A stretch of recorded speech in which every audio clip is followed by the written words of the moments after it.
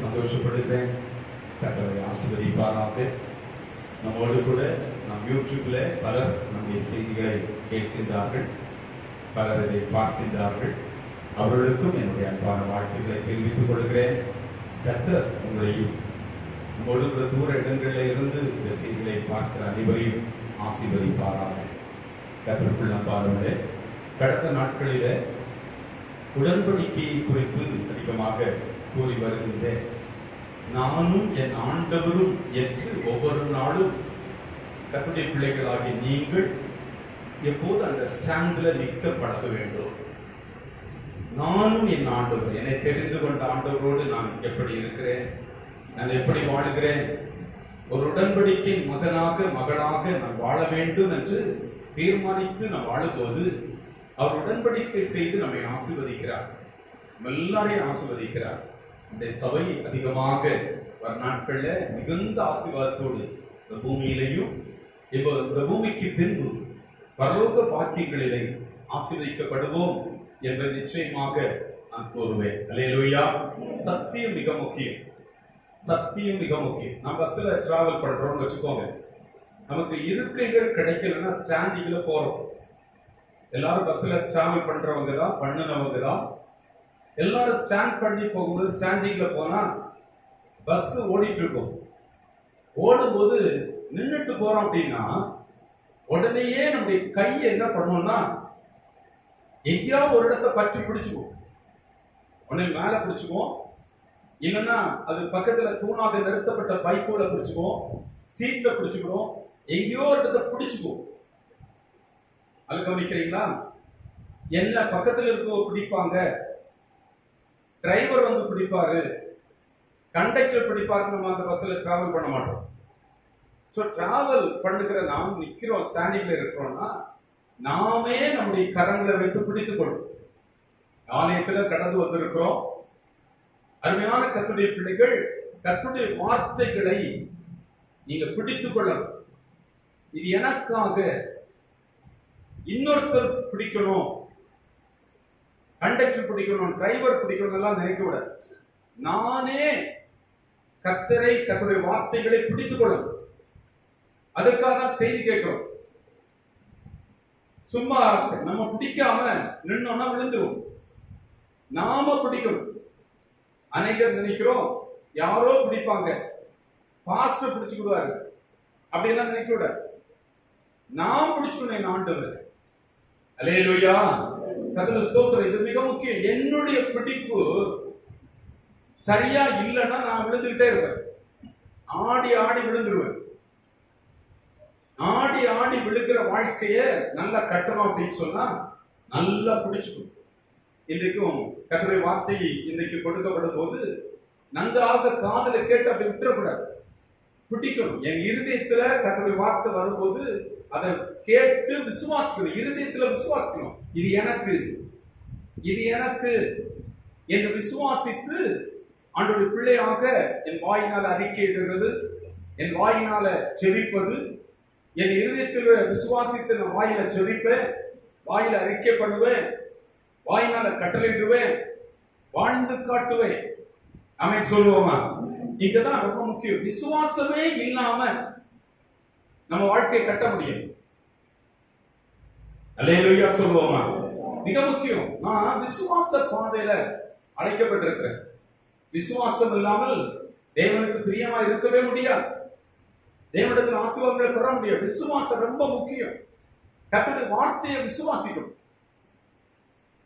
ஆமென். நல்ல கவனிக்கிறீங்க. நீங்க நம்ம ஒரு வேத பகுதியை வாசிக்க போகிறோம். எல்லாரும் வாசிப்போம், எடுத்துக்குவோம். 1 பேதுரு 1ஆம் அதிகாரம் 18-19 வசனங்களை நாம் வாசிப்போம். 1 பேதுரு 1ஆம் அதிகாரம் 18-19 வசனங்கள். உங்கள் முன்னோர்களால் பாரம்பரியமாய் நீங்கள் அனுசரித்து வந்த வீணான நடத்தையினின்று அழிவுள்ள வஸ்துக்களாகிய வெள்ளியினாலும் பொன்னினாலும் மீட்கப்படாமல் குற்றமில்லாத மாசற்ற ஆட்டுக்குட்டியாகிய கிறிஸ்துவின் விலையேற பெற்ற இரத்தத்தினாலே மீட்கப்பட்டீர்கள் என்று அறிந்திருக்கிறீர்களே. நீங்கள் அறிந்திருக்கிறீர்களே. நல்ல கவனிங்க. நீங்கள் உங்கள் முன்னோர்களால் பாரம்பரியமாய் அனுசரித்து வந்த வீணான நடக்கை நின்று அழிவுள்ள வஸ்துக்களாகிய வெள்ளியினாலும் பொன்னினாலும் மீட்கப்படாமல் குற்றமில்லாத மாசற்ற ஆட்டுக்குட்டியாகிய கிறிஸ்துவின் விலையேற பெற்ற இரத்தத்தினாலே மீட்கப்பட்டீர்கள் என்று அறிந்திருக்கிறீர்கள். அல்லேலூயா. என்று எல்லாரும் அறிந்திருக்கிறீங்க. எத்தனை பேர் அறிஞ்சிருக்கீங்க? நான் மீட்கப்பட்டவன், நான் மீட்கப்பட்டவள். இன்னைக்கு அதை தெளிவுபடுத்திக்கோங்க. சத்தியத்தை கேட்கும் போதே தெளிவுபடுத்திக்கோங்க. நீங்க எல்லாரும் நம்ம பஸ்காவாகிய இயேசு கிறிஸ்து நமக்காக பலியிடப்பட்டார் என்று சொல்லி கடந்த வாரத்திலே தியானித்தோம். இந்த உறுதிப்பாடு, இந்த விசுவாசம் நமக்குள்ள வராம கிறிஸ்தவ வாழ்க்கையை கட்ட முடியாது. அடிப்படையான விசுவாசம் நமக்குள்ள இருக்கணும். அதை நீங்கள் இன்றைக்கு நீங்களும் நானும் தெளிவா பெற்றுக்கொள்வோம். கவனிங்க, இயேசு கிறிஸ்து பஸ்காவாகிய கிறிஸ்து உங்களுக்காக பலியிடப்பட்டிருக்கிறாரே. வாசிங்க 2 கொரிந்தியர் 5ஆம் அதிகாரம் 21ஆம் வசனத்தை வாசிப்போம். அந்த வசனத்தை வாசிக்கும் போது இன்னும் நம்ம அதிகமா தெளிவடைவோம். 2 கொரிந்தியர் 5:21. நாம் அவருக்குள் தேவனுடைய நீதியாகும்படிக்கு பாவம் அறியாத அவரை நமக்காக பாவமாக்கினார். கவனிக்கிறீங்களா? பாவம் அறியாத அவரை எதுக்காக பாவமாக்கினார்னா, நாம் தேவனுடைய நீதிமானாக்க மாற வேண்டும் என்று அவர் நமக்காக பாவமாக்கப்பட்டார். இதை நம்ம விசுவாசித்துதான் ரட்சிக்கப்படுகிறோம். ரட்சிப்பு எப்போ வருது என்பதை புரிந்து கொள்வோம். இயேசு கிறிஸ்து பஸ்காவாகிய ஆடு பலியிடப்பட்டு அந்த ரத்தம் எடுத்து பூசப்பட்ட வீடுகள் பாதுகாப்புக்குள், ரட்சிப்புக்குள், விடுதலைக்குள், புது வாழ்க்கைக்குள் கடந்து வருகிறது. இது நம்ம கடந்த வாரத்தில் தியானித்தோம். கவனிக்கிறீங்க, ரொம்ப முக்கியம். ஆட்டுக்குட்டி பலியிடப்பட்டு பஸ்காவாகிய அந்த நாள்ல அதனுடைய ரத்தம் சேகரிக்கப்பட்டு நிலைக்காலிலும் மேல் சட்டங்களில் பூசப்பட்டது. அந்த பூசப்பட்ட அந்த ரத்தத்துக்குள்ளாக ஜனங்கள் யாரெல்லாம் போய் உள்ள உட்கார்ந்துட்டாங்களோ அவங்கள எந்த துன்பங்களோ துயரங்களோ இல்லைன்னா சங்கார தூதன் அவளை தொடல, அழிவு அவர்களுக்கு வரல, சாவு அவர்களுக்கு வரல.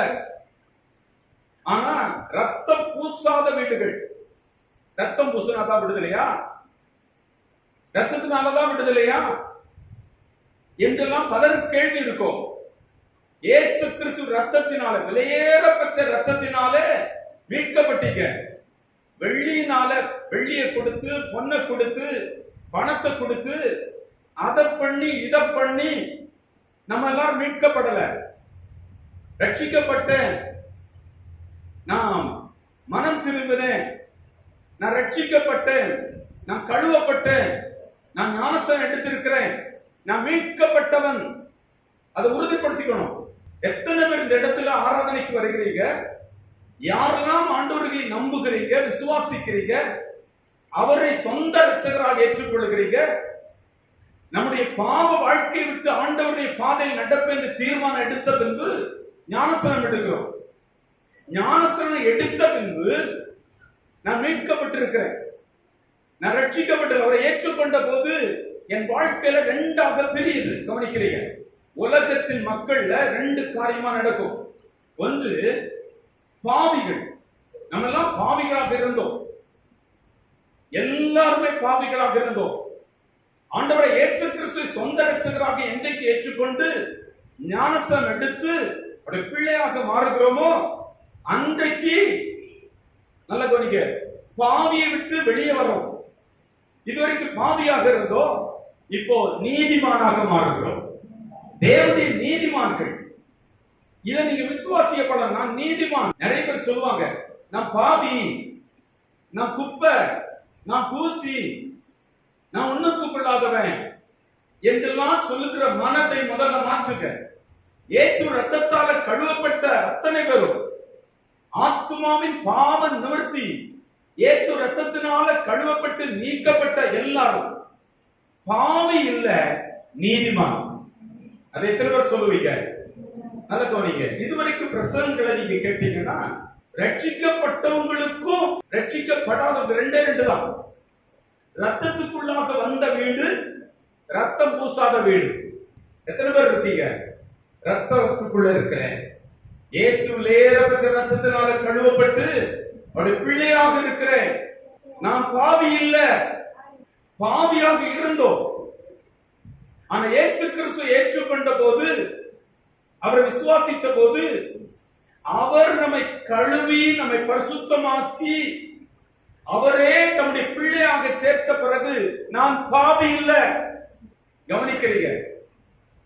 என்று கர்த்தருடைய இரத்தத்தினால கழுவப்பட்டு அவர் உங்களை கிருபையினால ரட்சித்தாரோ, அன்று முதல் நீங்க பாவி என்ற இடத்தை விட்டு அவருடைய பிள்ளை என்ற இடத்துல, நீதிமான் என்ற இடத்துல வந்துடுறீங்க.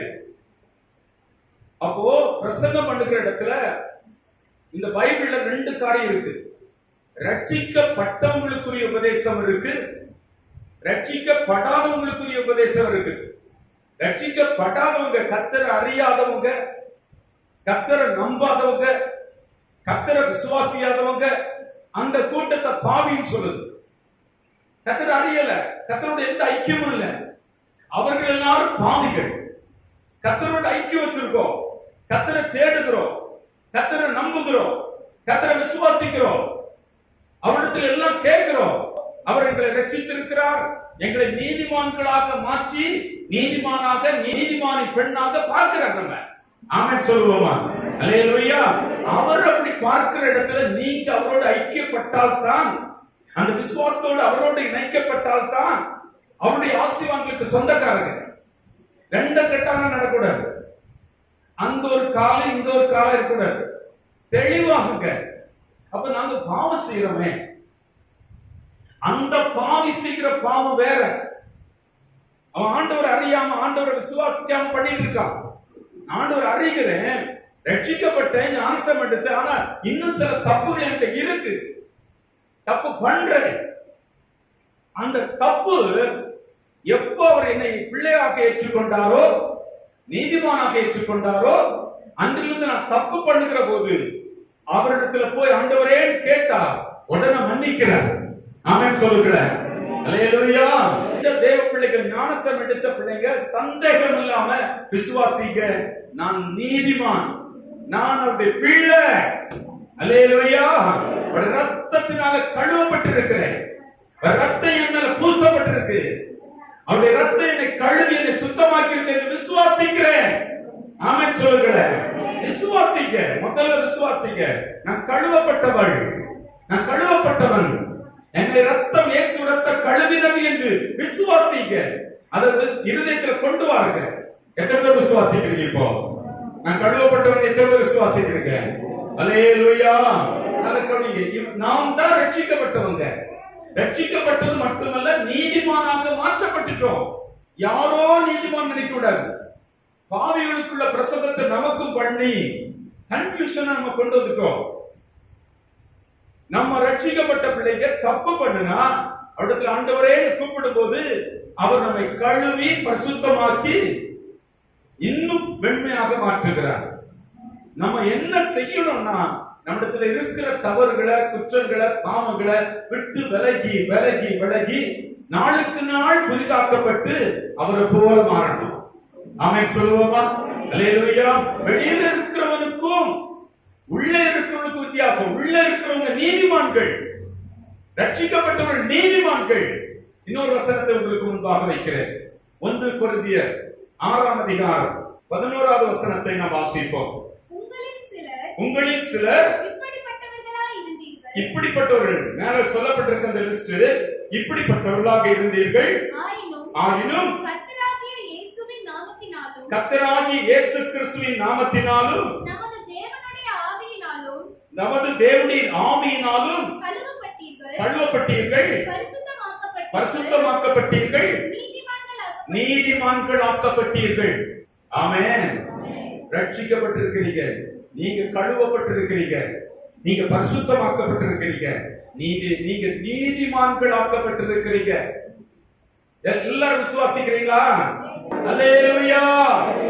இது ரொம்ப முக்கியம். பாவிக்குள்ள சத்தியத்தை நம்ம கேட்டு அதையும் இதையும் உழப்பக்கூடாது. அது பாவிகளுக்குரிய சத்தியம். நம்ம நீதிமான்கள். இப்ப பாருங்க, நீதிமானுக்கு அநேக ஆசீர்வாதங்களை கர்த்தர் வைத்திருக்கார். இந்த விசுவாசம் உங்களுக்கு இல்லாம நீங்க ஒரு நாள் ஆசீர்வதிக்கப்படுறது இல்ல. நீதிமானின் வாசஸ்தலத்தையோ கர்த்தர் ஆசீர்வதிக்கிறார். நான் நீதிமான் நீங்களே ஒத்துக்கிடலன்னா, நீங்களே உங்களை விசுவாசிக்கலன்னா, நான் ரட்சிக்கப்பட்டவன், நான் நீதிமானாக்கப்பட்டவன், நான் கழுவப்பட்டவன், நான் நீதிமான் என்று நீங்கள் உங்களை விசுவாசிக்காவிட்டால் நீதிமானின் வாசஸ்தலம் ஒரு நாள் ஆசீர்வதிக்கப்படாது. அல்லேலூயா. உங்களை நீங்க நம்புங்க. முதல்ல நீங்க நம்புங்க.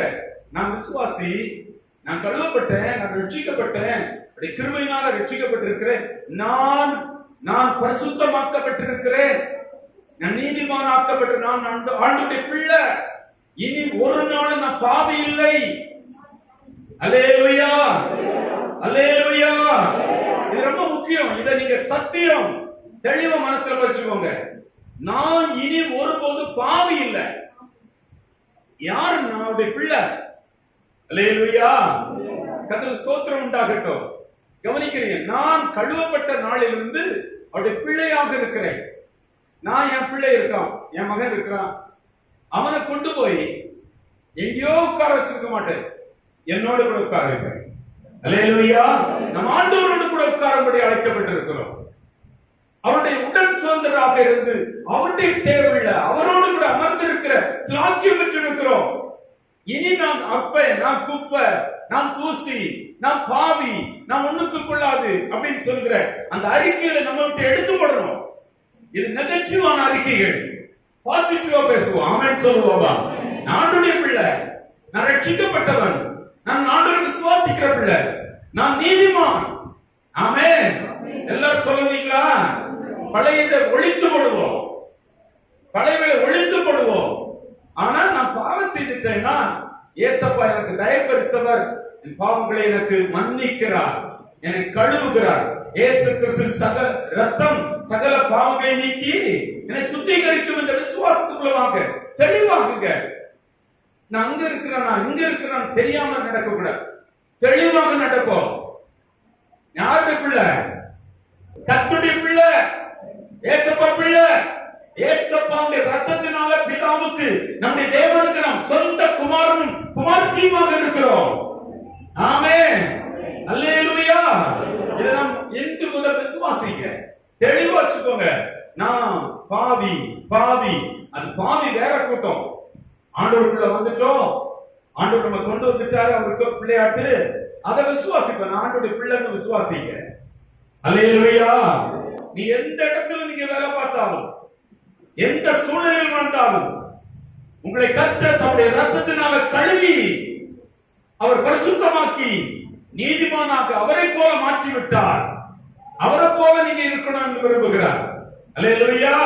அதுல தடைகள், அதுல சில பிரச்சனைகள் வரும்போது, ஆண்டவரே என்னை மன்னிச்சிருங்க, நான் நடக்கல, என்னை கழுவிருக்க சொல்லி அவர் பக்கமாக வாங்க. நம்ம ஒரு கூட்டம் ஆண்டவருடைய பிள்ளைங்க, நம்ம ஆண்டவருடைய பிள்ளைங்க, பாவி இல்லை. இன்னும் சொல்லுங்க அல்லேலூயா. சத்தம் உயர்த்தி சொல்லுங்க. இத நம்முடைய சபை நல்ல தெளிவா ஆணித்தரமா இருதயத்துல விசுவாசிக்க. நான் யாருடைய பிள்ளை? ஆண்டவருடைய பிள்ளை. நான் யாருடைய ரத்தத்தினால் கழுவப்பட்டேன்னா, வெளியேற பெற்ற இயேசு கிறிஸ்து ரத்தத்தினால, தேவனுடைய ஜீவன் இருந்த அந்த ரத்தத்தினால நான் கழுவப்பட்டு பிள்ளையாக மாற்றப்பட்டிருக்கிறேன். ஆமென். இனி பாவி வேற, நம்ம வேற. அல்லேலூயா. தெளிவுபடுத்திக்கோங்க. இனிமேல் ஒரு நாளும் நான் பாவி ஆண்டவரே அப்படின்னு சொல்றதை விட்டுறணும். இந்த பாவங்களை கழுவிடும். கேளுங்க, நம்முடைய பிள்ளை இந்த பாவங்களை எனக்கு கழுவிடும், என்னை மன்னிச்சிடும். நான் தப்பு பண்ணிட்டேன், இந்த இடத்துல நான் மிஸ்டேக் பண்ணிட்டேன். ஆமென் சொல்லுவோமா? என்ன கவனிக்கிறீங்க? இப்ப நீதிமானாக இருந்து நீங்க செபிக்கலாம்னா, போன வெள்ளிக்கிழமை ஒரு சுபத்தை குறித்து சொல்லி இருக்கிறேன். நீ யூடியூப்ல இருக்கு, நீ கேட்கலாம். அல்லேலூயா. மிக முக்கியம்.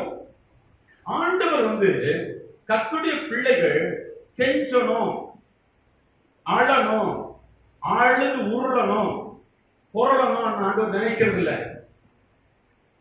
ஒரு பிச்சைக்காரன போல நிக்கணும் ஆண்டவர் நினைக்கிறது இல்ல.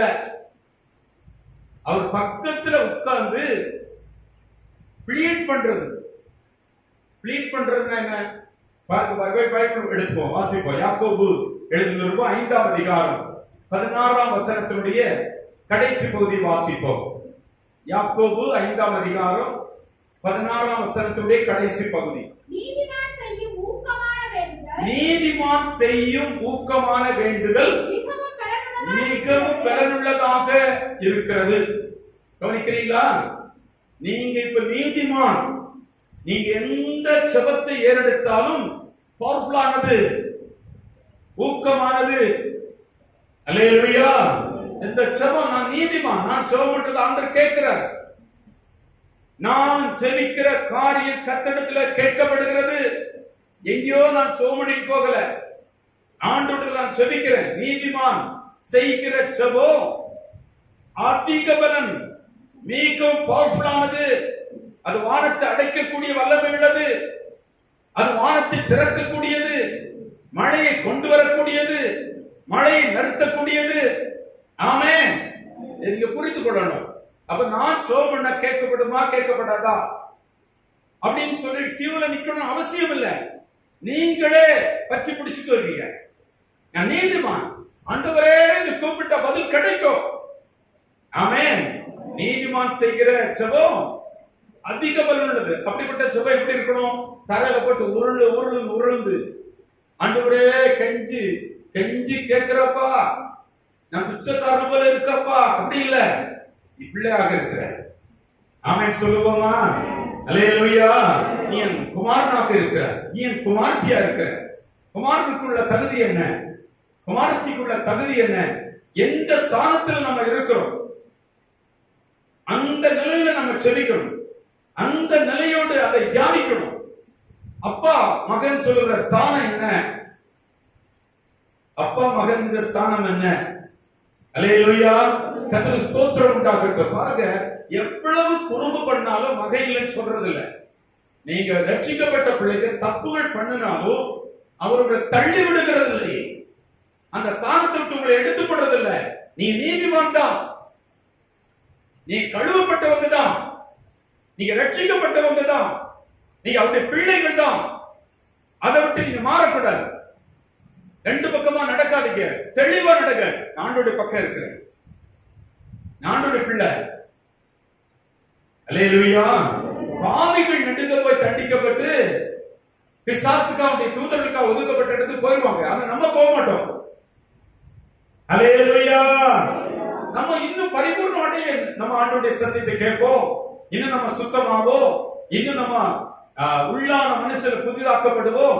அவரை போல மாறிட்டே இருப்போம். கடைசியில் அவர்கிட்ட இருப்போம். ஆமென் சொல்லுவோமா? இப்ப அவர் கூட இருக்கிறோமா இல்லையா?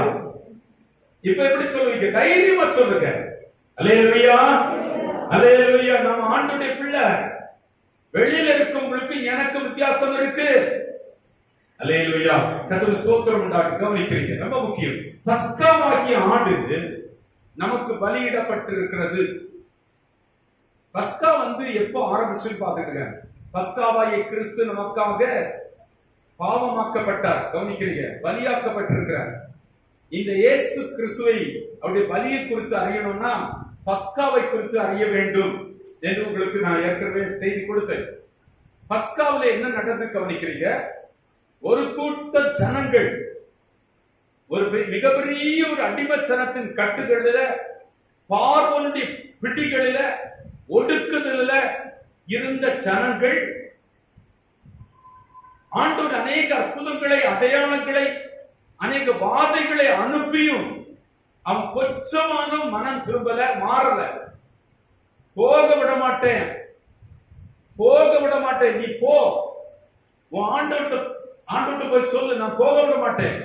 அவர் யாரு? அவர் சொல்ற கேட்கிற நான் யாரு?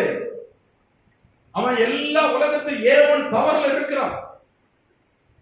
அவன் சொல்றான், என்ன இந்த ஜனங்களை விடுதலை ஆக்க ஒரு நாள் கூடாது. என்னுடைய பிடியை விட்டு யாரையும், அவனை பிடியிலிருந்து விடுதலை ஆக்க யாரும் முடியாது. என் ஆணவமா கொக்கரிக்கிறான். மோசே சொல்ற, என் ஜனங்களை போக விடு என்று கர்த்தர் சொல்லுகிற, ஆராதனை செய்ய போக விடு, விட மாட்டேன்றான். கர்த்தர் யார் ஐயா, அவர்கிட்ட போய் சொல்லு, விடமாட்டேன்னு சொல்லு என்று ஆண்டவருக்கு ஆணவமாக சேலஞ்சான பதில்களை சொல்லுகிறார். கர்த்தர் மெல்ல மிதமான வாதைகளை அனுப்பினார். நம் மாறல. போக போக கொடிய கொடிய வாதைகள் வந்துகிட்டே இருக்கு. 9 வாதைகளையும் மாற்றம் அடையல. 10வது வாதை தலைப்பிள்ளை சங்காரம்.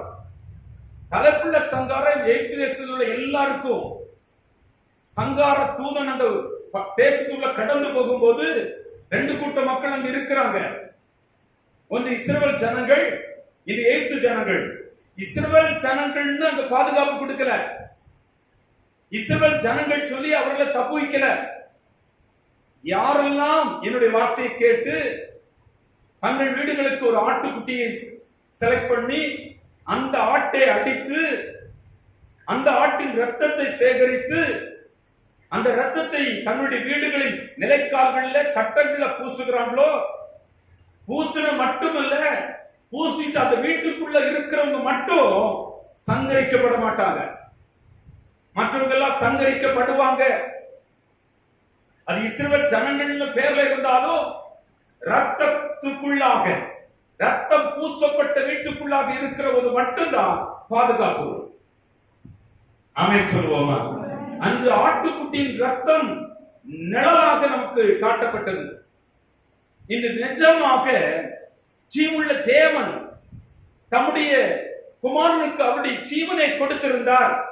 அந்த ஜீவனுள்ள ரத்தம், அந்த ஆற்றல் உள்ள ரத்தம், அந்த சக்தியுள்ள ரத்தம், இயேசு கிறிஸ்துவுக்குள் இருந்த அந்த ரத்தம் நமக்கு பலியிடப்பட்டிருக்கிறது. இப்ப நிஜமாயிடுச்சு. அந்த சின்ன ஒரு ஆட்டுக்குட்டியின் ரத்தம் அடையாளமாக பூசப்பட்ட அந்த ரத்தத்திற்கே அவ்வளவு பாதுகாப்பு கொடுக்கிறார். அந்த வீட்டுக்குள்ளாக ரத்தம் பூசப்பட்ட வீட்டுக்குள்ளாக இருக்கிறவர்களுக்கு பாதுகாப்பு. இந்த நாளில் அருமையான தேவ பிள்ளைகளே, ரட்சிக்கப்பட்டேன், கழுவப்பட்டேன், ஞானஸ்நானம் எடுத்திருக்கிறேன் என்று சொல்லுகிற பிள்ளைங்க மிக முக்கியமா கவனிப்பேன். 3 காரியங்களை கவனிக்க போறோம். இன்றைக்கும் இயேசு கிறிஸ்து ரத்தம் வெள்ளியினாலும் பொன்னினாலும் நீங்கள் மீட்கப்படல. அங்க கொண்டு காணிக்க கொடுத்து, இங்க காணிக்க கொடுத்து, அவருக்கு அவர் தலையில கை வச்சு, இவர் தலையில கை வச்சு நீங்க ரட்சிக்கப்படல. நீங்க ரட்சிக்கப்பட்டது எதனால ரட்சிக்கப்படுகிறீங்க? விலையேறப்பட்ட கிறிஸ்துவின் ரத்தத்தினால ரட்சிக்கப்படுகிறீங்க. அது ஆண்டவர் கொடுத்த கிருபை. நீங்க ரட்சிக்கப்பட்டிருப்பது தேவனுடைய கிருபை. அவருடைய ரத்தம் தான் உங்களை பாவமர கழுவி இருக்கிறது, உங்களை சுத்தமாக்கி இருக்கிறது, பாவ நிவர்த்தியாக ரத்தம் சிந்தப்பட்டிருக்கிறது. இந்த ரத்தம் உங்களை விடுதலையாக்கி இருக்கு. ஆமென் சொல்லுவோமா? அல்லேலூயா. பாவத்திலிருந்து விடுதலை பண்ணுது. கவனிக்கிறீங்க? இந்த ரத்தம் எனக்கு சிந்தப்பட்டது, எனக்காக சிந்தி ரட்சிப்பை சம்பாதித்து எனக்கு நீதிமானாக ஆண்டவர் என்னை வைத்திருக்கிறார். அதை உரிமை பாராட்டணும், அதை விசுவாசிக்கணும், அதை சொந்தமாக்கணும். என் இருதயத்தில் விசுவாசத்தை ஏற்றுக்கொள்ளணும். என் ஆண்டவர் எனக்கு இந்த கிரியை எனக்கு செய்து நிறைவேற்றி இருக்கிறார் என்று யாரெல்லாம் இருதயத்தில் ஏற்றுக்கொண்டு விசுவாசிக்கிறார்களோ அவருடைய பாவம் வர அவரை சுத்திகரிக்கிறார். ஆமென் சொல்லுவோமா?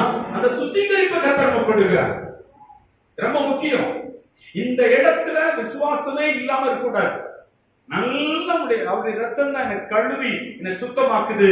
அந்த ரத்தத்தை என் இருதயத்துல பூசி இருக்க, அந்த ரத்தம் என்ன தெளிக்கப்பட்டிருக்கு, என் வீட்டின் மேல தெளிக்கப்பட்டிருக்கு, எனக்கு உண்டான எல்லாவற்றின் மேலும் இயேசு ரத்தம் தெளிக்கப்பட்டிருக்கிறது என்ற விசுவாசத்துக்குள்ளாக நீங்க வரணும்.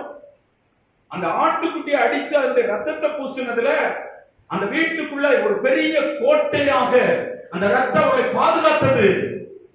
ஆமென் சொல்லுவோமா? அந்த ஆட்டுக்குட்டி ரத்தம் பூசப்பட்ட வீட்டை கண்டு சங்கார தூதன் இது ரத்தம் பூசி இருக்கிறது விலகி சென்றிருக்கிறான். பாஸ்ஓவர் கடந்து சென்றான். பக்கத்து வீட்டுல பூசல. எந்த வீட்டுல ரத்தம் பூசியும் வீட்டுக்குள்ள இல்லைன்னா பாதுகாப்பு இல்ல. ரத்தம் பூசாத வீட்டுக்கு பாதுகாப்பு இல்ல. ரத்தம் பூசப்பட்ட நபர்களுக்கு பாதுகாப்பு. ஆமென் சொல்லுவோமா? தெய்வீக பாதுகாப்பு. இன்றைக்கும் இயேசு கிறிஸ்துவின் வெளியேறப்பட்ட ரத்தம், அந்த ஜீவனுள்ள தேவனுடைய ரத்தம், வல்லமை ஆற்றலுள்ள அந்த ரத்தம் உங்களுக்கும் எனக்கும் ஒரு கோட்டையாக ஒரு பாதுகாப்பாக இருக்கிறது. ஆமென் சொல்லுவோமா?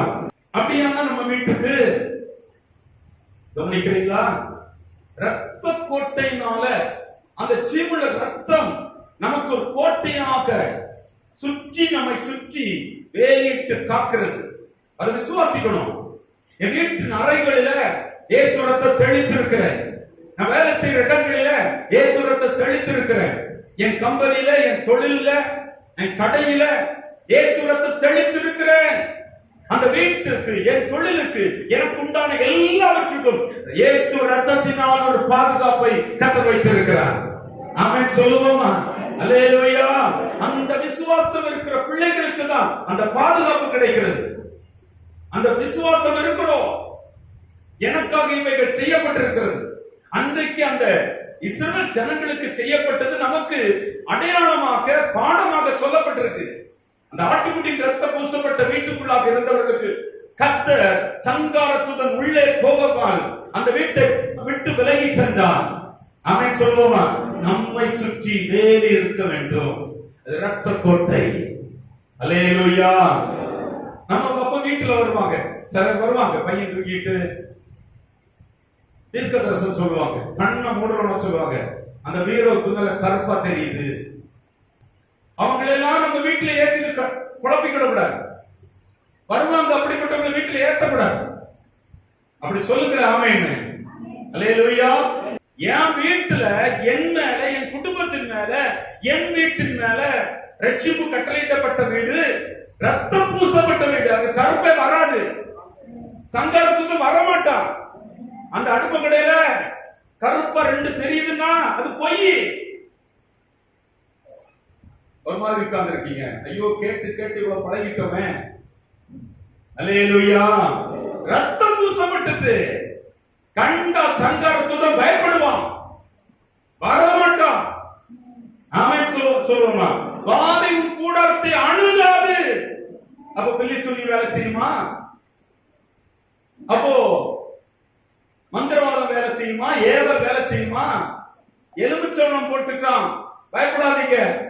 பெரிய வெள்ளப்பூசணிய உடைச்சி அந்த குங்குமம் போட்டு நம்ம வீட்டு முன்னால போட்டுட்டான், பயப்படாதீங்க.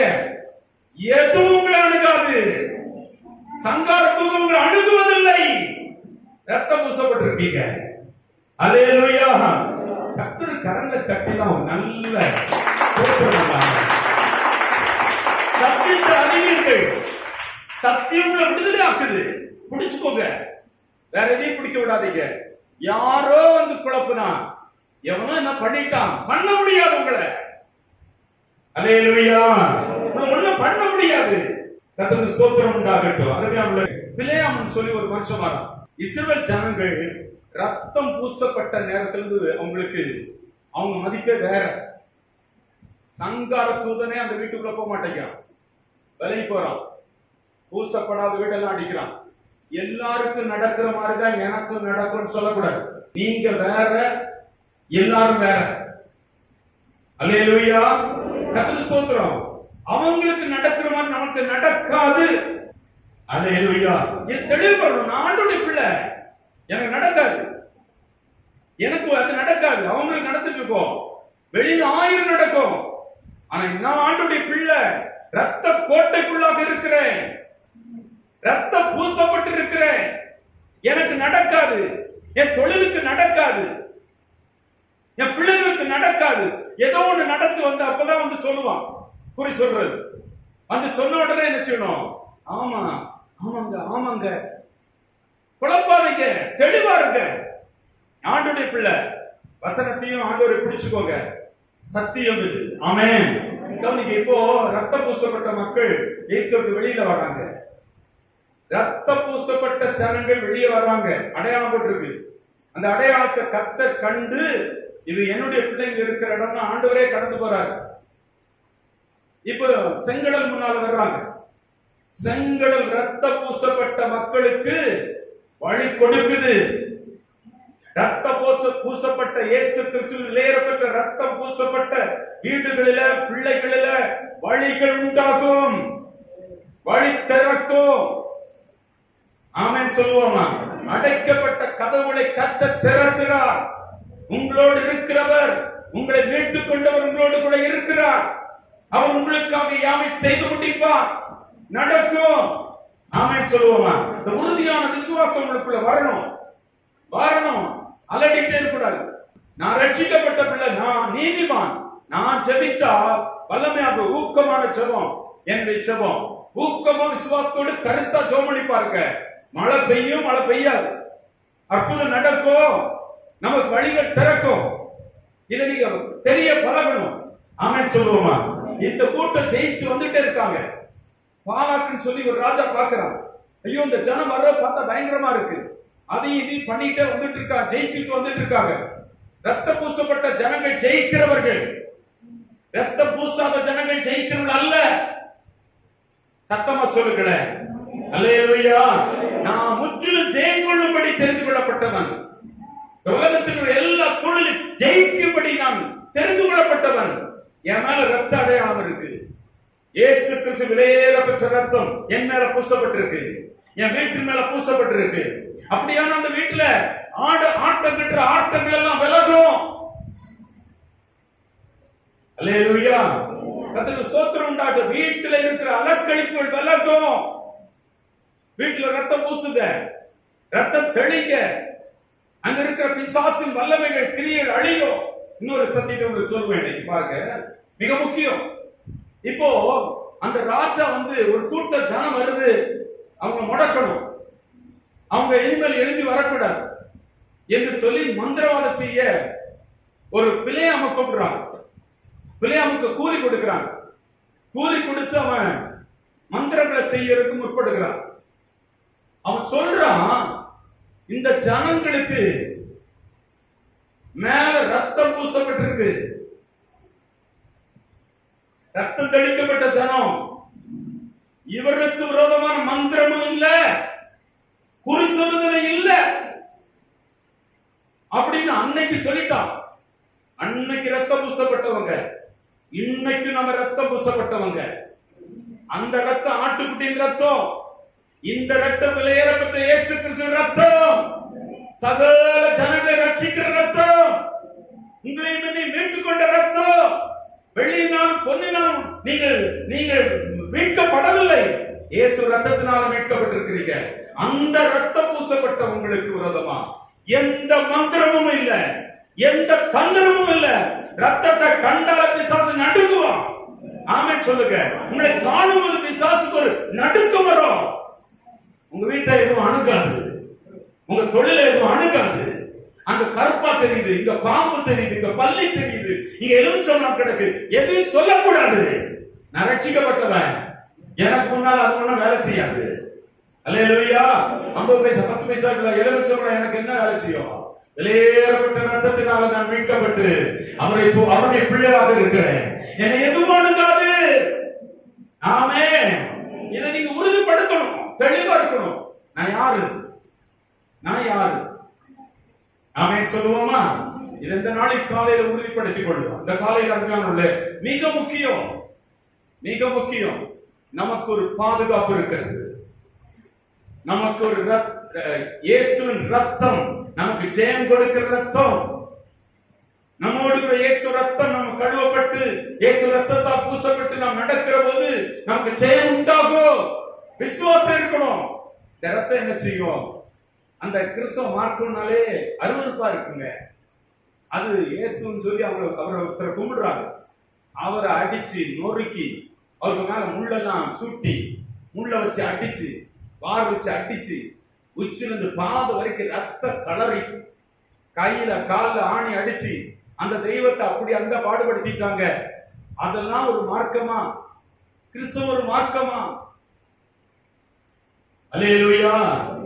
கர்த்தருக்கு ஸ்தோத்திரம் உண்டாகட்டும். இந்த பாவ விமோசனத்துக்கு வெள்ளியோ பொன்னோ உலகத்துல எதுவுமே ஈடாகாது. அது விலையேறப்பட்ட இயேசு ரத்தத்தினால் மட்டும்தான் மீட்பு. அதை விசுவாசிக்கிறோம், மத்த விசுவாசிக்க மாட்டா. அந்த ரத்தம் தான், ஒரு சொட்டு ரத்தம் கூட அவர் வைக்காம எல்லா ரத்தத்தையும் நமக்கு சிந்தின அந்த ரத்தம் என்னை மீட்டெடுத்து என்னை ஆசாரியனாக ராஜாதி ராஜா பிள்ளைகளாக என்னை மாற்றி இருக்கிறது. அல்லேலூயா, அல்லேலூயா. இந்த விசுவாசம் நமக்கு தேவை. தேவை. ஆகையினால அருமையான தேவ பிள்ளைகளை கவனிப்போம். மிக முக்கியம், நம்மை சுற்றி ஒரு வேலி இருக்கு. நீங்க வேலையிடப்பட்ட வீட்டுல இருந்து பயப்படாதீங்க. நீங்க ஒரு மாதிரி அங்கலாய்க்காதீங்க. தியானம் பண்ணுங்க. எனக்கு ஒரு சீமுள்ள ரத்தம் எனக்கு இருக்கு. என்னை கழுவி மீட்டெடுத்து என்னை ரட்சித்த என் ரத்தம் என் வீட்டை எந்த சாபமும் அணுகாது. அல்ல கொனிங்க, இயேசு ரத்தத்தினால மீட்கப்பட்ட பிள்ளைகள் மேல எந்த சாபமும் அணுகாது. சாபம் முறிஞ்சிருது. எப்படி பாவம் முறிகிறதோ அதுபோல உண்மையில இருக்கிற சாபம் முறிகிறது. நோய்கள் பலவீனங்கள் முறிகிறது இயேசு ரத்தத்தினால. ஆமென் சொல்லுவோமா? இனி பலவீனம் உன்னை தாக்குவதில்லை. இனி வியாதி உன்னை அணுகுவதில்லை. ஆமென் சொல்லுவோமா?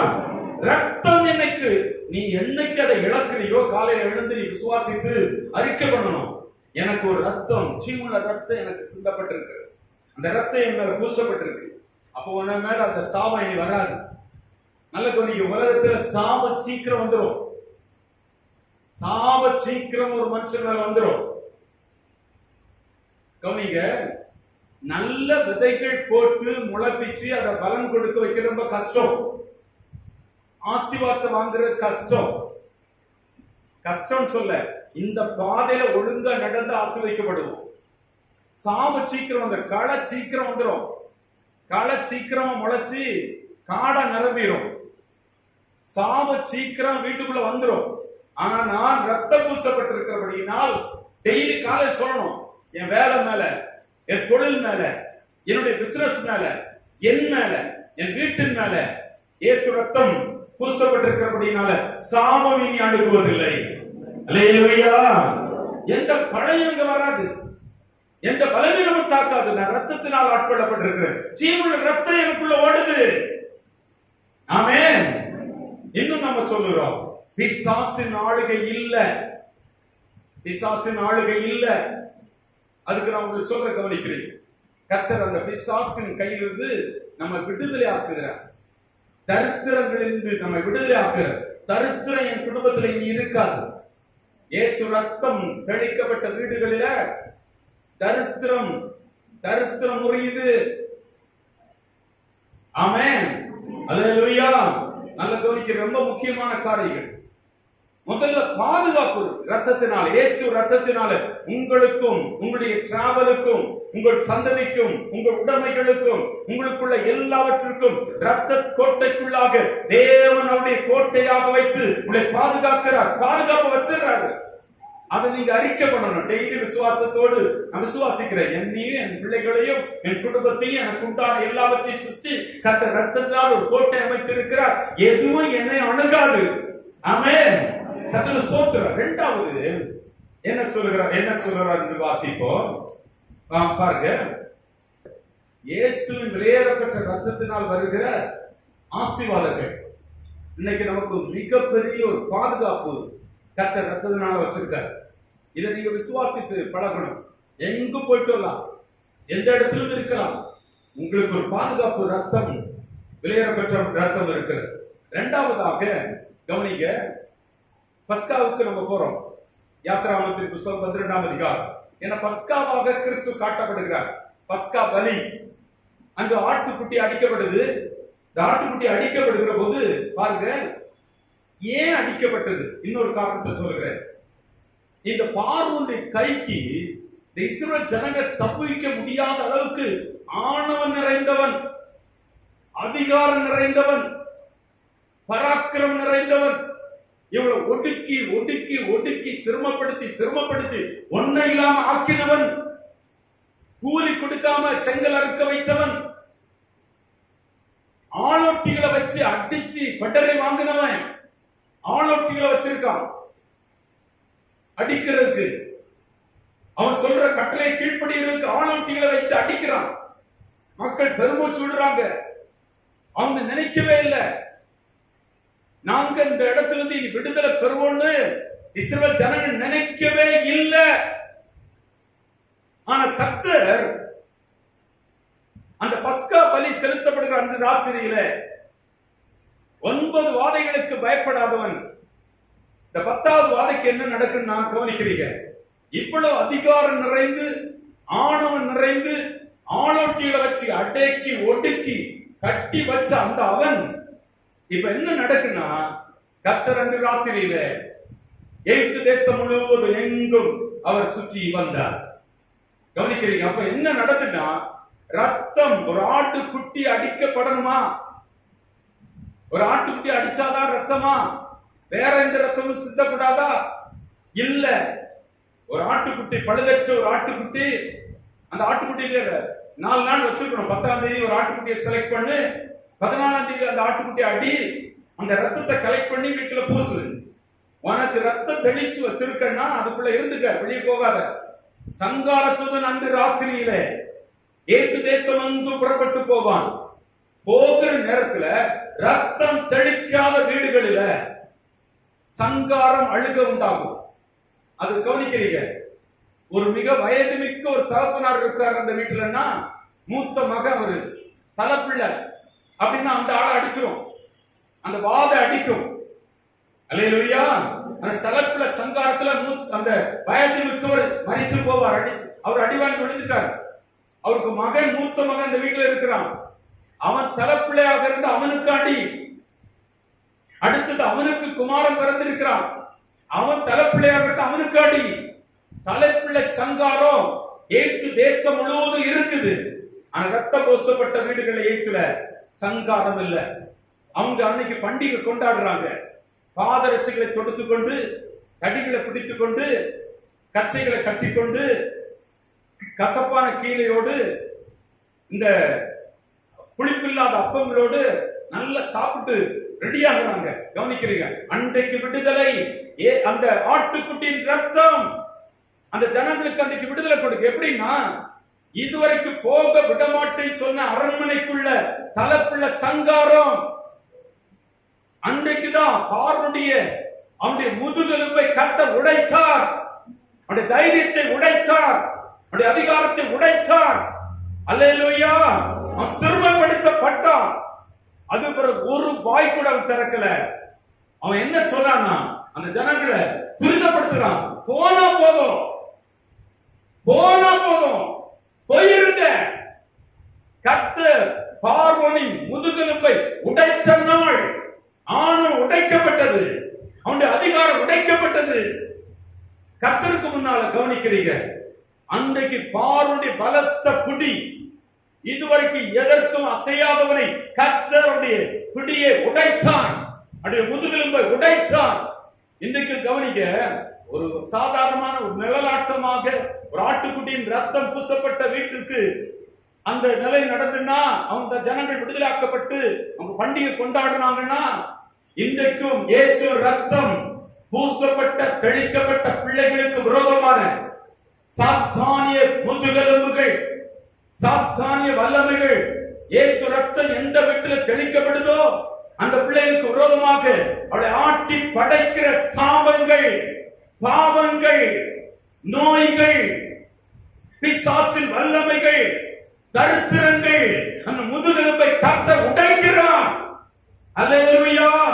எந்த வீடெல்லாம் இதற்கு அடிமையாகி சிரமப்படுத்தப்பட்டு இன்னைக்கு கட்டுகளோடு நம்ம வைக்கப்பட்டிருக்கிறோம்னா, எனக்கு ஒரு எதிர்காலம் தெரியலையே, நான் என்னைக்கு இதுல இருந்து வெளியே வருவேன், எனக்கு எதிர்காலம் என் கண்ணுக்கே தெரியாம தூரத்தில் இருக்கிறது, என்னைக்கு நான் விடுதலையாவேன் என்று சொல்லுவீர்களானால், அந்த இயேசு ரத்தம், விலையேறப்பட்ட இயேசு ரத்தம், பார்வோனின் முதுகெலும்பை உடைத்த அந்த ரத்தம் பிசாசின் சகல கிரியையும் இன்றைக்கு முறிக்கிறது.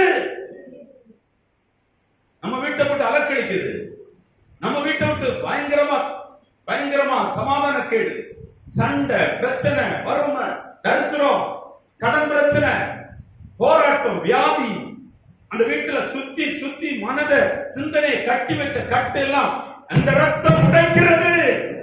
ஆமென். அல்லேலூயா. கண்ணு கெட்டாத தூரத்தில் இருந்த அந்த விடுதலை என்னைக்கு எங்களுக்கு கிடைக்கும்? ஏக்கத்தோடு இருந்தாங்க, ஏங்கி போயிருந்தாங்க இஸ்ரவேல் ஜனங்கள். அன்று ராத்திரியிலே விடுதலை.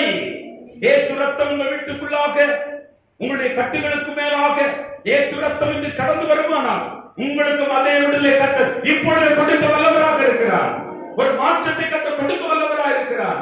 உங்களுக்கு கண்ணுக்கு தெரியாத எதிர்காலத்தை கர்த்தர் இன்றைக்கு உங்கள் வாழ்க்கை முன்பாக கர்த்தர் தருகிறார். ஆமென் சொல்லுவோமா? அல்லேலூயா. கர்த்தர் ஸ்தோத்திரம் உண்டாகட்டும். விசுவாசிங்க. நான் யாருடைய பிள்ளை? நான் யாரு? இனிமேல் இப்படிப்பட்ட பதற வார்த்தைகளை விடுங்க. இனிமேல் நான் அப்படிப்பட்ட மந்திரங்கள் தந்திரங்கள் இருக்குன்னு சொல்ல நம்பாதீங்க, சொல்லாதீங்க.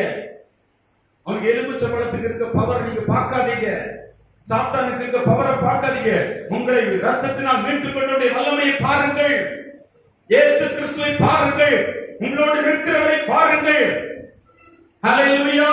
உலகத்தையும் உலகத்தில் உள்ளவைகளையும் அந்த அவைகளை நம்பி அவனுக்கு பின்னால் போகாதீங்க. கர்த்தர் நல்லவர். இந்த உலகத்தில் இருப்பவர் உங்களோடு இருக்கிற பெரியவர். அவர் தான் உங்களை மீட்டுக் கொண்டார்.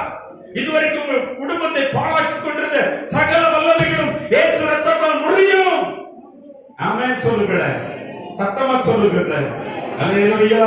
அழிவு விலகும். இதுவரைக்கும் கண்ணீர், கவலை, பிரச்சனை இருந்த இடங்களில் மாற்றம் அடைவது இயேசு ரத்தத்தினால மாறும். அல்லேலூயா. இதுக்கு பணம் இருக்கணும்னு அவசியம் இல்லை, இதுக்கு படிப்பு இருக்கணும்னு அவசியம் இல்லை.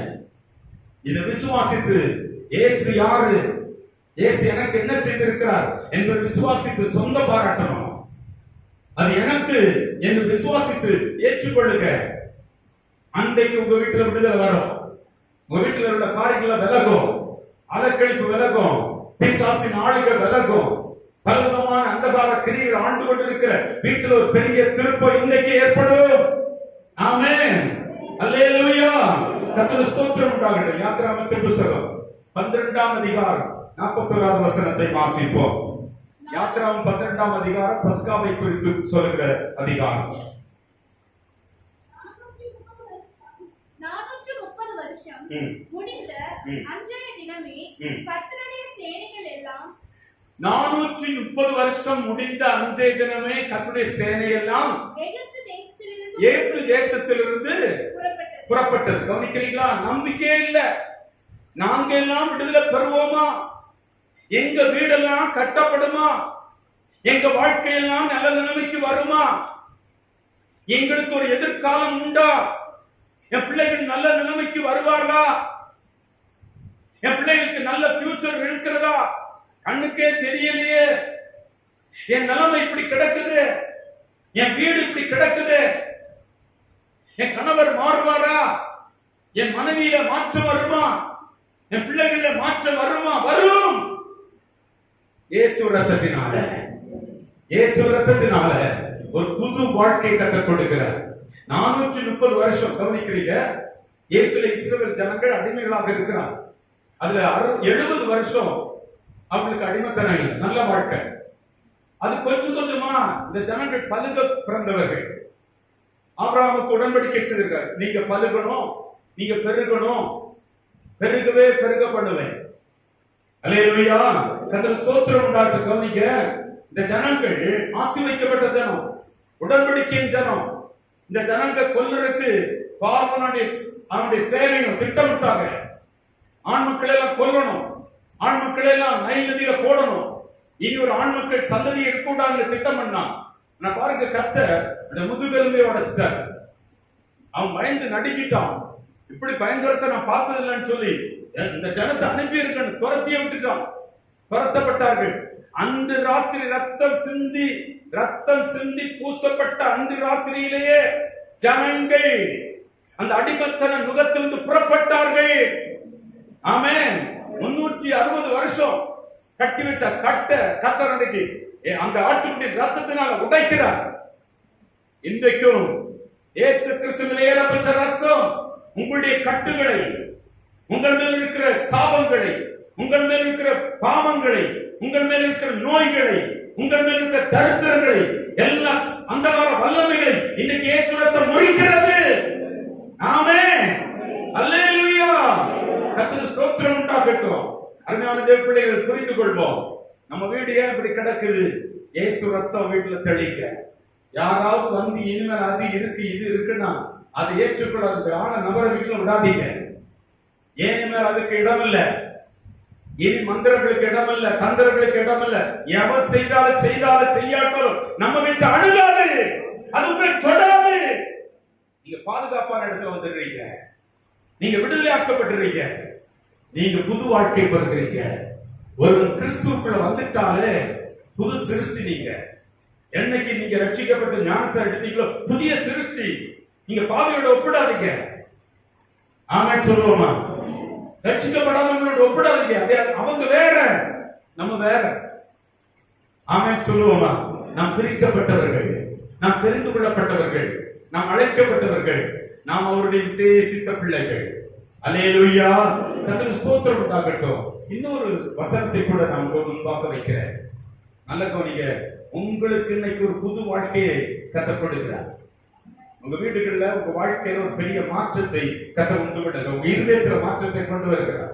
இந்த இருதயம் உங்களுக்கு பெரிய காரியங்களை கொண்டு வரும்படி உங்க ஜெபமானாலும், உங்க விசுவாச நடையானாலும், உங்க வாழ்க்கை ஆனாலும் பெரிய மாற்றத்துக்குள்ளாக வரும். அன்னைக்கு பாருங்க, இஸ்ரவேல் ஜனங்களுக்கான ராத்திரி நடந்த சம்பவத்தை பார்த்துட்டு இருக்காங்க ஏத்தியர்கள். என்னன்னா, இவங்களுக்கு ரத்தம் பூசி இருக்காங்க, அவங்களுக்கு ரத்தம் பூசல. ரத்தம் பூசாத வீட்டுல அடி நடக்குது, தலை பிள்ளைகள் சாகுது, தலையீச்சுகள் எல்லாம் சாகுது, மிருக ஜீவன்கள் எல்லாம் சாகுது. அது ஒரு கூட்டம் பார்த்துட்டு இருக்கு. ஆனா இந்த வீட்டுல மட்டும், ரத்தம் பூசப்பட்ட வீட்டுல மட்டும் ஒண்ணும் நடக்கலன்னு பார்த்துட்டு இருந்தாங்க. அவங்க எல்லாம், உங்க மேல ரத்தம் பூசப்பட்டு இருக்கு, நீங்க ஆண்டுடைய பிள்ளைங்க தான், இவங்க நீதிமான்கள் தான், கர்த்தரை சேவிக்கிற சந்ததி தான் என்று ஜனங்கள் தெளிவா காண்பாங்க. காணும்போது என்ன நடக்குமா? வாசிப்போம் 12ஆம் அதிகாரம், யாத்திராகமம் 12ஆம் அதிகாரம் 38வது வசனத்தை வாசிப்போம். அவர்களோட கூட சகல ஜாதியான ஜனங்கள் அநேகர் அவர்களோடு கூட போனார்களாம். விடுதலை ஆகி இஸ்ரவேல் ஜனங்கள் மட்டும் புறப்படல. எகிப்தில இருந்த அநேக சகலவிதமான ஜாதி ஜனங்கள கொஞ்சம் பேரு இந்த வீடுகள சங்காரம் நடக்கல, இந்த வீடு கொண்டாட்டமா இருந்தது, இந்த வீட்டுல விடுதலை இருந்தது, இந்த வீட்டுக்கு ஒரு புது வாழ்க்கை வந்திருக்கு. இவ்வளவு அடிமைத்தனத்துல இருந்த இந்த ஜனங்களுக்குள்ள ஒரு தெய்வம் இருக்கிறாரு, அந்த தெய்வம் இந்த ஜனங்களை விடுவிக்கிறார் என்று கண்டுகொண்டவங்க சகல ஜனங்கள் அவர்களோடு கூட புறப்பட்டு போனார்களாம், விடுதலையாக்கப்பட்டார்கள். உங்களை பார்க்கிற அநேக ஜனங்கள், நீங்க விசுவாசிக்கிற விசுவாசம், நீங்க நடந்து கொள்கிற நடக்கை, உங்களுடைய ஜீவியம், உங்களோடு கர்த்தர் இருக்கிறார். பழைய வாழ்க்கை உங்களுக்கு ஒழிந்து போயிட்டு, ரத்தம் உங்களுக்கு, இயேசு ரத்தம் உங்கள் வாழ்க்கை, பழைய வாழ்க்கை மாற்றி போட்டது. அல்லேலூயா. அதற்கு பாத்திரமா நடத்து நீங்க ஜெயம் எடுக்கிறத பார்த்துட்டு இருக்க ஜனங்கள் அநேக ரட்சிக்கப்படுவாங்க. அல்லேலூயா. உங்களோடு கூட வந்து சேர்க்கப்படுவாங்க. இது மிக முக்கியம். நீங்க வாழ்கிற இடங்களில் ஒரு ஜெயமுள்ள வாழ்க்கை உங்களை கட்ட வைத்திருக்கிறார். அல்லேலூயா. கர்த்தருக்கு ஸ்தோத்திரம் உண்டாகட்டும். உங்களுக்கு நல்ல தோல்வி, நீங்க இந்த செட்டப் பண்ண வேண்டியதில்ல, அவர் சார்ந்து நின்னா போதும், கர்த்தர் உங்களுக்கு வழி உண்டாக்குவார். நீங்க எதி சார்ந்து நிக்க, நீங்களே உங்க காரியங்களை போட்டுக் கொடுக்காட்டா, கர்த்தர் உங்களுக்கு வழி உண்டாக்குவார், கர்த்தர் உங்களை ஆசீர்வதிப்பார், கர்த்தர் உங்களை வழி நடத்துவார். ஆமென் சொல்லுவோமா? ஜெயம் கொடுப்பார், ஜெயம் கொடுப்பார். அல்லேலூயா. கர்த்தருடைய நாமத்துக்கு மகிமை உண்டாகட்டும். தகுதியே இல்ல, காரியமே இல்ல, நீங்களா போய் அது இதுன்னு தேடாண்டா. நீ கர்த்தரை நம்புங்க, அவர் உங்களுக்கு பாதை காட்டுவார். நீ கர்த்தரை நம்புங்க, அவர் உங்களை வழி நடத்துவார். முதல்ல தெளிவாகுங்க, நானுடைய பிள்ளை, நானுடைய பிள்ளை, நான் அவருடைய நீதிமான், கழுவப்பட்டவர், அவருடைய ரத்தத்தினால கழுவப்பட்டவர்கள், பரிசுத்தமாக்கப்பட்டவர்கள், நீதிமான்கள் ஆக்கப்பட்டவர்கள். நான் செய்கிற ஜெபம் ஊக்கமான ஜெபம், எனக்கு கட்டாயம் பதில் கிடைக்கும், என் கண்ணீருக்கு பதில் கிடைக்கும், என் ஜெபத்துக்கு பதில் கிடைக்கும். மாறாத காரியங்கள் மாறும், விடுதலை பெறாத காரியங்கள் விடுதலை பெறும், ஜெயம் எடுக்காத காரியங்கள் ஜெயம் எடுக்கும், தோல்வியானவைகள் ஜெயமாக மாறும். ஜெய கிறிஸ்து உங்கள் தகப்பனாக இருக்கிறார். ஹல்லேலூயா. சத்தமா சொல்லுவோமே ஆமென். நல்ல கவனிங்க, பைபிள் வாசித்து ஆராய்ந்து படித்த ஜனங்கள் நற்குணசாலியா மாறுறாங்க. அன்னைக்கெல்லாம் அப்படி கேடு கெட்டவனா இருந்தான், இன்னைக்கு நல்லா மாறிட்டான். ஏன்னா பைபிள் படிச்சு பைபிள்ல தியானிக்கிறான், பைபிள் படி நடக்கிறான். அதனால அவங்க எல்லாம் கெட்ட வழிகளுக்கு வந்துட்டாங்க. அதை கண்ட கிரேக்கர்கள் அநேகர், மற்ற ஜனங்கள் அநேகர் கர்த்தரிடத்தில் விசுவாசம் வைத்தாலும் வேதம் சொல்லுது. ஆமென் சொல்லுவோமா? நம்முடைய நடக்க ரொம்ப முக்கியம், நம்முடைய எண்ணம் ரொம்ப முக்கியம், நம்முடைய சிந்தனை ரொம்ப முக்கியம், நம்முடைய ஜெபம் ரொம்ப முக்கியம், நம்முடைய அறிக்கை வார்த்தைகள் ரொம்ப முக்கியம். குளறக்கூடாது, அனத்தக்கூடாது. எனக்கு ஒரு நம்பிக்கை இருக்கு, என் மீட்பர் உயிரோடு இருக்கிறார், அவர் எல்லாவற்றையும் எனக்கு பார்த்துக் கொள்வார், அவர் என்னை கைவிட மாட்டார், அவர் என்னை வெட்கப்படுத்த மாட்டார். அல்லேலூயா. வேற அனைத்துறது எல்லாத்தையும் புறக்கணிக்க, தூக்கி தள்ளுங்க. அது பழையவைகள். அந்த புளித்த மாவை களைந்து போட்டு புதியதான புளிப்பில்லாத அப்பத்தோடு நம் ஆண்டவருடைய சமூகத்தில் கிட்டி சேர போகிறோம். அல்லேலூயா. கர்த்தர் உங்களை ஆசீர்வதிப்பாராக.